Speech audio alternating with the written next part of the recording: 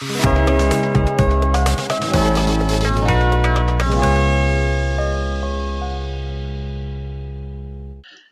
guys, welcome back to Saurabh Coding Classes, and today we are going to discuss about the topic of switch statements in C programming.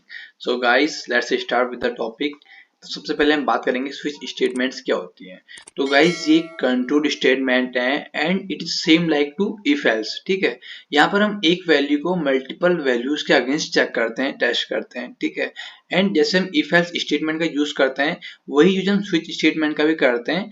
But ये है कि यहाँ पर जैसे हम if else में multiple if else लिखते हैं। ठीक है, आप स्विच में क्या कर सकते हैं कि एक बार स्विच स्टेटमेंट लिखिए, उसके अंदर मल्टीपल केसेस होते हैं, उन केसेस को आप चेक कर सकते हैं जो भी आपने एक्सप्रेशन वैल्यू दी हुई है। तो ये स्टेटमेंट स्विच कीवर्ड से स्टार्ट होती है। ओके, स्विच, देन हमारी आती है एक्सप्रेशन। अब ये एक्सप्रेशन क्या होती है, ये कोई वैल्यू हो सकती है, ठीक है, कैरेक्टर हो सकता है, कोई स्ट्रिंग हो सकती है, ओके, एंड कोई इंटीजर वैल्यू हो सकती है, बट ये फ्लोट वैल्यू नहीं हो सकती। यहाँ पर आप फ्लोट वैल्यूज का यूज नहीं करते हैं। स्विच स्टेटमेंट अपने साथ फ्लोट वैल्यूज को अलाउ नहीं करता है। ये आप याद रखेंगे, काफी इंपॉर्टेंट टॉपिक है। कई बार आपके एमसीक्यू में क्वेश्चन आ जाता है तो वहां पर आप डायरेक्टली लिखेंगे सिंटैक्स एरर। ओके, वहां पर आपको क्या आएगा, सिंटैक्स एरर आएगा अगर इस एक्सप्रेशन के वहां पर अगर कोई भी फ्लोट वैल्यू होगी तो। ओके, तो चलिए एक एग्जांपल से इसे समझने की कोशिश करते हैं कि स्विच स्टेटमेंट किस तरीके से काम करता है। तो मैं एक कोशिश करूंगा, जैसे आपके वीक्स होते हैं, ठीक है, तो वीक्स में हर, जैसे अगर फर्स्ट है तो मंडे आएगा, सेकंड है तो ट्यूसडे आएगा, तो चेक करना है हमें। ठीक है, तो मैं लेता हूं, मैंने एक वेरिएबल लिया इन डे इक्वल्स, मैंने 2 लिखा। ओके, मैं यहाँ पे चेक करूंगा इस डे को, स्विच वेरिएबल मैंने ले लिया। अब यहाँ पर क्या हो गया, देखिए यहाँ पर आते हमारे केस, यानी कि केस भी एक कीवर्ड है। ठीक है, आपको केस लिखना होगा, तो आपको वैल्यू लिखनी होगी जिस वैल्यू के साथ आपको मैच करना है। ठीक है, सबसे पहले क्या है 1, अगर डे की वैल्यू 1 होगी तो क्या प्रिंट होकर आएगा, मंडे। ओके, देन ये हो जाएगा हमारा क्लोज, देन केस 2, देन यहाँ पर आएगा प्रिंट ट्यूसडे, एंड हम एक और लिख लेते हैं केस 3। ओके, प्रिंट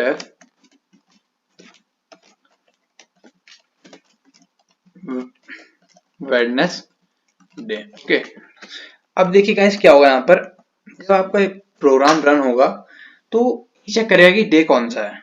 ओके, तो पहले से हम चेक कर, एक बार प्रिंट कर लेते हैं, रन करते हैं प्रोग्राम को। तो गाइस आप यहाँ पर एक चीज देख रहे होंगे कि यार यहाँ पर ट्यूसडे एंड वेडनेसडे दोनों लिख के आ गए हैं। अब आप बोलेंगे ये कैसे हो गया, ये तो गलत हो गया प्रोग्राम, क्योंकि यहाँ पर क्या आना चाहिए था, ट्यूसडे आना चाहिए था। तो ये इसलिए हुआ है क्योंकि हमने ब्रेक स्टेटमेंट का यूज नहीं किया यहाँ पर। ओके, हमें क्या करना होगा, ब्रेक स्टेटमेंट का यूज करना होगा। तो हम इस तरीके से करेंगे, हमें एक केस होने का पहले पूरा ब्लॉक बनाना होगा। ओके, एंड यहाँ पर हम लिखेंगे ब्रेक, यानी मीन्स कि अगर केस 1 फॉलो होता है तो इसे प्रिंट करो, देन इस स्टेटमेंट को, स्विच स्टेटमेंट को ब्रेक कर दो। यानी कि जब भी ब्रेक का हम यूज करेंगे स्विच स्टेटमेंट के अंदर, तो इसका मतलब होता है कि स्विच स्टेटमेंट को अब हमने क्लोज कर देना है। ओके, जैसे कि आपने इफ एल्स पढ़ा था, अगर इफ वाली कंडीशन ट्रू होती है तो हमारी कंडीशन फिर आगे चेक नहीं होती है, यानी कि अगर एल्स पार्ट उसका है तो वो नेग्लेक्ट हो जाता है। तो उसी तरीके से जब यहाँ पर कोई एक केस मैच हो जाएगा तो हमें ब्रेक लगाना है कि वो जो स्टेटमेंट है वो यहाँ पर एंड हो जाए, स्विच स्टेटमेंट। ओके, अब मैं इसे प्रिंट करूंगा तो आपको ऐसी दिक्कत नहीं आएगी, एंड आपको जो प्रिंट होकर आएगा वो आएगा ट्यूसडे, ये आप देख सकते हैं। ओके, तो इस तरीके से हमारा स्विच स्टेटमेंट नॉर्मली काम करता है। ठीक है, एंड यहाँ पर एक वर्ड डिफॉल्ट केस, डिफॉल्ट। ठीक है, इस डिफॉल्ट में मैं क्या लिखूंगा, प्रिंटर इनवैलिड। लेट्स सपोज कोई ऐसा डेट डाल देता है 7 से ऊपर, तो क्या होगा, इनवैलिड होगा। चलो यार इसको भी ब्रेक कर लेते हैं, ऐसे ये लास्ट में आपको चेक होता है। ओके, एंड इस तरीके से अगर मैं यहाँ पर डे के ऊपर 8 लिखूंगा तो ये डिफॉल्ट वाला अपने आप रन हो जाएगा। ये देखिए आपका आ गया इनवैलिड। ओके, तो इस तरीके से हमारा स्विच स्टेटमेंट यहाँ पर काम करता है। अब यहाँ पर बात आती है कि अगर हम ब्रेक ना लगाएं तो क्या होगा। देखिए अगर मैं ब्रेक नहीं लगाऊंगा ना, तो जहां से केस मैच होगा, लेट सपोज यहाँ पर केस 2 था, अगर ये मैच हो रहा था ट्यूसडे, देन हमने ब्रेक यूज नहीं किया था, तो ये इसके बाद जो वेडनेसडे लिखा था इसको भी ऑटोमेटिकली प्रिंट कर देगा, भले ही केस मिले या ना मिले, एंड डिफॉल्ट में भी चले जाएगा अगर आप ब्रेक का यूज नहीं करेंगे। तो ब्रेक का यूज करना काफी कंपलसरी है, ब्रेक आपको स्विच स्टेटमेंट से आउट कर देता है। ओके, तो इस तरीके से स्विच स्टेटमेंट काम करता है। वहीं पर आप मल्टीपल केसेस को एक साथ भी यूज कर सकते हैं। ठीक है, मैं यहाँ पर जैसे लिखता हूँ स्विच,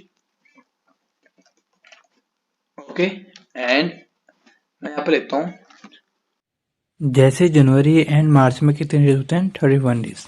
तो मैं यहाँ लिखता हूँ स्विच डे, यानी कि मैं मंथ की बात कर रहा हूँ। यहाँ लिखूंगा केस, अगर पहला मंथ है, ओके, देन केस 2 अगर दूसरा मंथ है, यानी कि केस 1 एंड केस 2 दोनों काम करेंगे यहाँ पर। ओके, मैं इसको इस तरीके से लिख देता हूँ,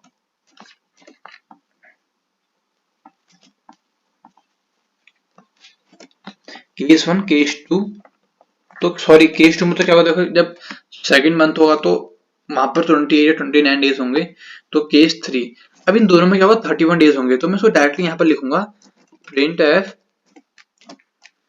31 डेज। ओके, एंड इसे क्लोज कर दूंगा एंड यहाँ पर लिख दूंगा ब्रेक।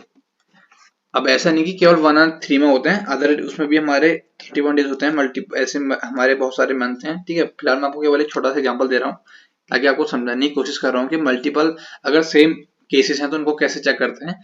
एंड मैं यहाँ पर लिखता हूँ केस 2, तो यहाँ पर लिखेंगे हम प्रिंट एफ 28 डेज। ओके, अब यहाँ पर क्या होगा, देखिए अगर आप 1 और 3 डालेंगे ना, तो आपका ये पूरा 31 डेज प्रिंट करके देगा आपको। तो इसका मतलब ये है कि आपको ये दो दो बार 3 3 बार लिखना नहीं पड़ेगा, आप सारे केस को एक साथ लिख दीजिए जो सेम है, एंड जो आपको उसमें स्टेटमेंट अगर सेम है तो इस तरीके से आप उसे लिख सकते हैं। तो देखिए मैं अगर यहाँ पर रन करता हूँ एंड मैं डे लिख देता हूँ यहाँ पर 1, ओके, एंड रन करूंगा इसे, तो देखिए यहाँ पर मंडे एंड 31 डेज लिखा है। ठीक है, इस मीन की ये सही काम कर रहा है।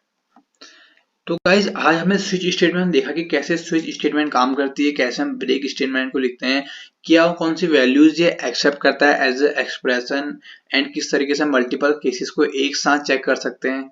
ओके, आई होप आपको वीडियो अच्छा लगा होगा। अगर आपको कोई डाउट है तो आप मुझसे कमेंट सेक्शन में पूछ सकते हैं। जल्द मिलते हैं किसी वीडियो के साथ। Thank you.